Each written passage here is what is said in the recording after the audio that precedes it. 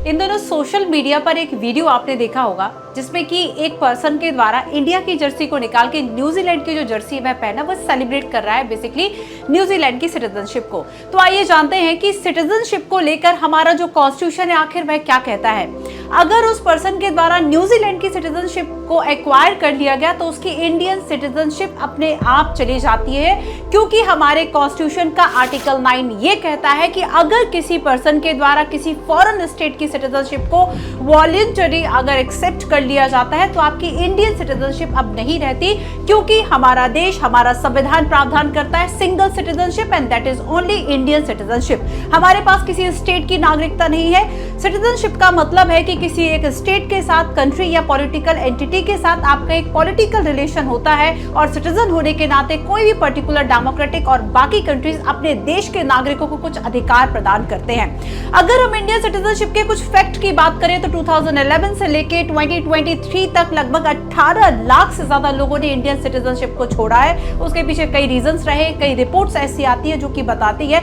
एक साल की बात करें तो लगभग 1.5 से 2 लाख लोग इंडियन सिटीजनशिप को छोड़ रहे हैं। एक बात और कि अगर हम डबल सिटीजनशिप की बात करें तो इंडिया में किसी तरह की डुअल सिटीजनशिप का कोई मामला नहीं है, बट अगर हम यूएसए की बात करें, अमेरिका की बात करें तो वहां पे डबल सिटीजनशिप होती है। एक होती है सेंट्रल गवर्नमेंट की और दूसरा स्टेट गवर्नमेंट की, और वहां के सिटीजन्स के पास 2 तरह के राइट्स रहते हैं, मतलब दोनों गवर्नमेंट के अलग अलग राइट। हमारे कॉन्स्टिट्यूशन का पार्ट 2 आर्टिकल 5 से 11 तक कॉन्स्टिट्यूशन में सिटीजनशिप की बात करता है, लेकिन ये केवल ये बताता है कि 26 जैन 1950 यानी कि जो हमारे कॉन्स्टिट्यूशन की कमेंसमेंट की डेट थी उस दिन इंडिया का सिटीजन कौन था, बाकी प्रोविजंस को नहीं बताता है। उसके लिए पार्लियामेंट ने एक एक्ट बनाया, सिटीजनशिप एक्ट 1955, जिसमें कि सिटीजनशिप को एक्वायर करने के लिए और सिटीजनशिप लॉस होने के रीजंस के बारे में बताया गया है।